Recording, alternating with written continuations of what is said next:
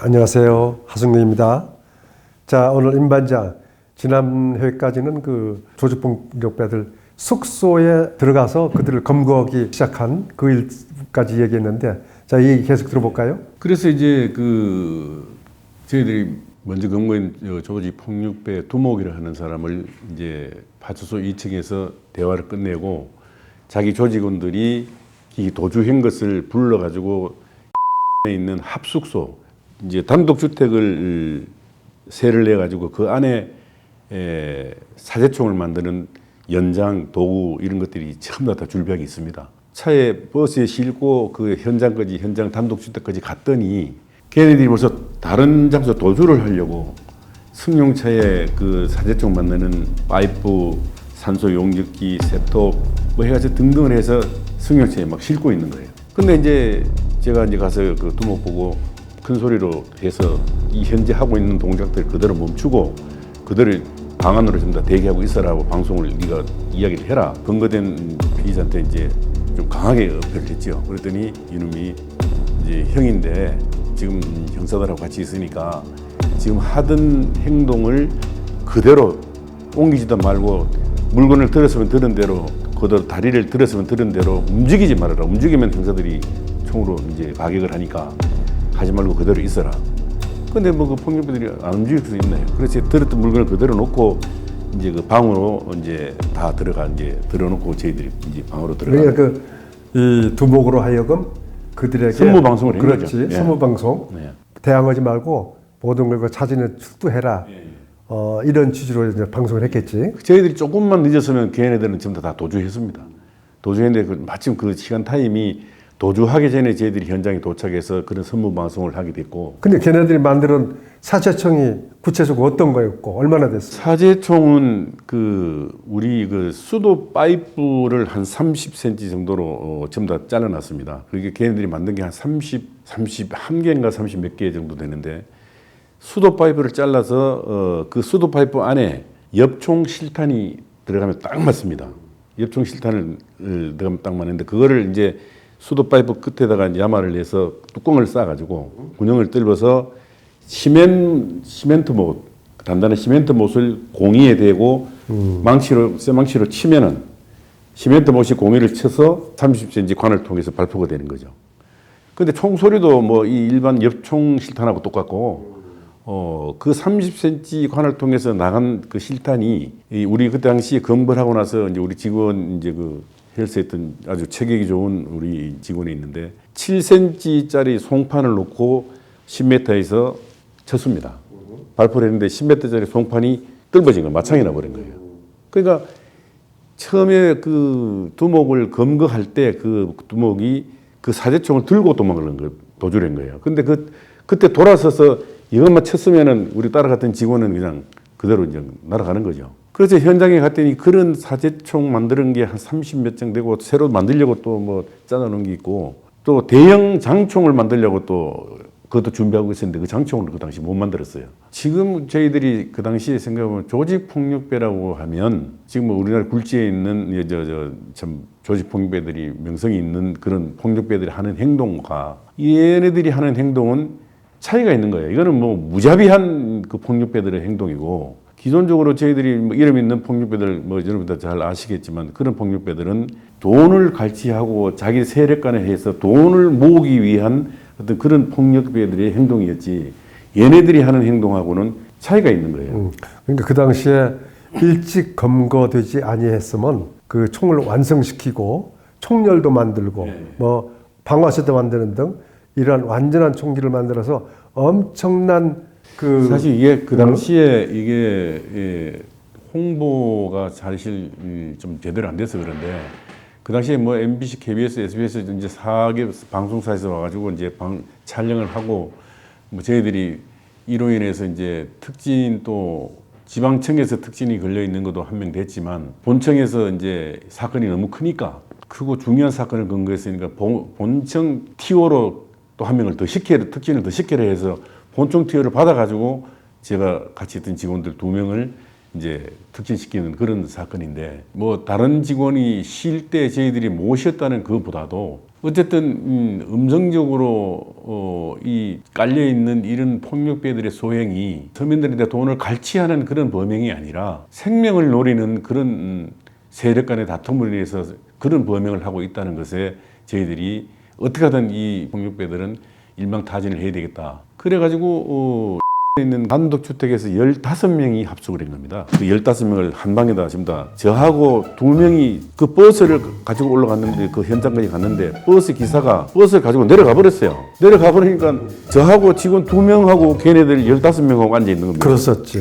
근데 거기서 뭐 힘으로 해도 저희들이 제압당할 수 있고 거기서 또 여차하면은 뭐 저희들이 큰일 날 것 같아서 15명을 한 방에 모아놓고 담배를 전부 다 한 명한테 다 물렸습니다. 물려가지고 안심을 시키려고 이제 쭉 설명을 하면서 옛날 얘기도 하고 좀 뭐 쓸데없는 얘기도 하면서 안정을 시키고 우리 직원은 전화해가지고 빨리 우전으로 해서 차를 빨리 올려보내라. 그래가지고 이제 근데 뭐 좁은 방에서 한 6, 7명이 담배를 피니까 뭐 눈도 제대로 못 뜰 정도더라고요. 그래서 한 10분 정도 그렇게 하고 있는데 그 10분이 뭐 1시간, 2시간, 3시간 정도 그러니까 그렇게 초조했죠. 그 상황을 정리해보자면은 걔네들이 형사 2명한테 무력 행사를 해서 오히려 형사들한테 크게 그 위해를 가할 수 있는 그런 상황이 있는데 걔네들한테 담배도 주고 또 따뜻하게 가면 너네 별거 아니다.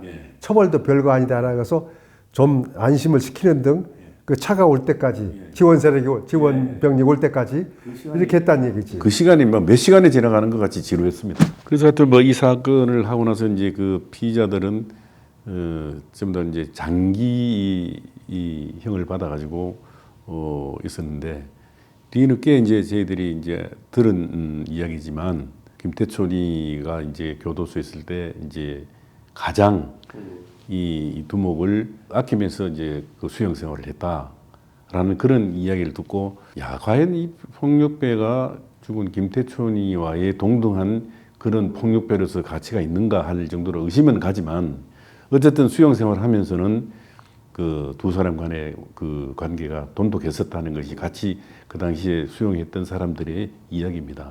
한편 이 사건과 관련 없는 얘기입니다만은 그 범죄와 전쟁 선포 당시에 통계로 봤을 때 약 2만여 명이 구속돼서 교도소에 갑니다. 모든 교도소가 조직폭력배들에 의해서 차고 넘쳤어요. 그러니까 교도소 안에서 예를 들자면 서울의 김태촌파, 우리 방금 임 반장이 얘기했던 이 이름 없는 이 조직들, 얘네들이 교도소 가서 만납니다. 그리고 조직폭력배들 간에 서로 인사를 하고 서로 교류가 되고 교도소에서 나오면은 어마어마한 반개 조직으로 되고 서로 조직 간에 유통이 됩니다. 그래서 한동안은 범죄와 전쟁 선포 직후에는 오히려 그 범죄자 즉 조직들끼리 서로 조직 간에 결속을 교도소 안에서 형님들하고 자매 그리고 이런 결속을 다지는 계기가 되는 이런 측면도 있었다. 이런 사실이 있습니다. 이어서 우리가 범죄와 전쟁을 선포가 돼서 우리 경기도에서 조직폭력에 대한 수사를 착수했을 적에 이 얘기한 바와 같이 가장 뛰어난 베테랑 형사들이 모임 체기 때문에 이미 그 지역에 자기 지역에 가서 그 모든 조직폭력배들이란 첩보를 수집해서 이걸 취합해서 단속 계획을 수립해서 단속에 들어가죠. 그 과정에 우리가 뜻밖의 범죄전쟁 선포한 다음 날 성남의 종합시장파를 검거해서 대대적인 홍보를 하게 됩니다. 방송과 신문, 심지어 사설 이런 데까지 범죄전쟁 그 배경에 대해서 즉 조직폭력배 때문에 우리나라 민생이 영향을 받고 사회질서가 문란하고 어렵다라는 대대적인 홍보가 있었기 때문에 이게 어마어마한 히트를 하게 된 거예요. 우리 의사에 관계없이. 그러다 보니 대통령이 당시 안우모 장관한테 바로 내가 범죄전쟁 선포한 그 취지가 지금 경기도경에서 보도한 이 내용하고 일치한다. 참 바로 이거다. 내가 원하는 게 해서 당시 내무부 장관이 경기도경 청장에 격려를 하고 제가 영광스럽게 청와대 초청을 받아서 대통령과 함께 오찬을 하는 등 뿐만 아니라 금일봉을 받아가지고 우리 폭력견이라서 크게 격려가 됐었습니다만은 이 경기도경이 이루는 성과를 모델로 각 지역에서 자극을 받아가지고 경기도에 어떻게 이 사건을 해결했느냐라는 자문도 해오는 등 한동안 경기도경 폭력계가 1년 만에 6명이 특진을 하게 됩니다. 그 특진도 뭐 우연이 아니고 지역적인 이점이 있어요. 당시 안산에 신도시가 생겼어요. 신도시 생기면 반드시 또 유흥업소가 덩달아서 많이 생깁니다. 성남에 서울에서 청계천 등에서 철거한 주민들이 위주로 성남에 크게 신도시가 생기고 그렇게 됐어요. 그 유흥업소가 많으면 그들 유흥업소를 대상으로 하는 서식초로 하는 조직폭력배가 늘어나게 돼 있어요. 그래서 경기도에서 다른 지역보다도 유난히 조직폭력배가 많이 창궐을 했다. 수원 남문파, 북문파뿐만 아니라 여러 조직이 많이 있지만은 우리 폭력계 형사들이 한 2년여간 엄청난 노고가 있었다. 이런 걸 말씀드릴 수가 있어요. 지금 뭐 이제 사장님도 그 당시 저희들 직속 상사이기 때문에 그 당시에는 저희들이 뭐 제대로 이야기도 말씀도 드릴 수 있는 그런 관계도 아니었습니다. 너무 어려워서 그 당시에 지금 늘상 하시는 말씀이 호랑이는 죽어서 가정을 남기지만 사람은 죽어서 이름 석자를 남긴다. 그 당시에 있던 직원들이 정말 열심히 했고 또 사건도 많이 했고 그 당시 앞에 저희 상사들이 어떤 그런 확고한 의지가 없이 못했다면은 저희들이 흐지부지하거나 농땡이 부분을 이렇게 할 수도 있었죠. 저희들한테는 그런 참 형님 같은 분이었지만 조직 폭력배들한테는 말 그대로 참 호랑이. 수원에서 하순균 형사 그러면 산천초목이 떨었던 그런 시절의 형사 생활도 있었습니다. 폭력배들을 그렇게 엄하게 다스려서 저희들이 쉽게 건거하는 그런 예도 있었고, 그래서 저희들이 이제 경찰관으로서 이제 퇴직을 하고 지금에 와서 이제 생각을 해보면 저희들이 그 당시에 이제 사장님과 같이 이 경기청 폭력계에 근무하면서 범죄와 전쟁을 할 때 그 당시가 그 조직 폭력배들이 활동 영역이 내지는 활동량이 가장 심했던 때였다고 저는 생각을 합니다.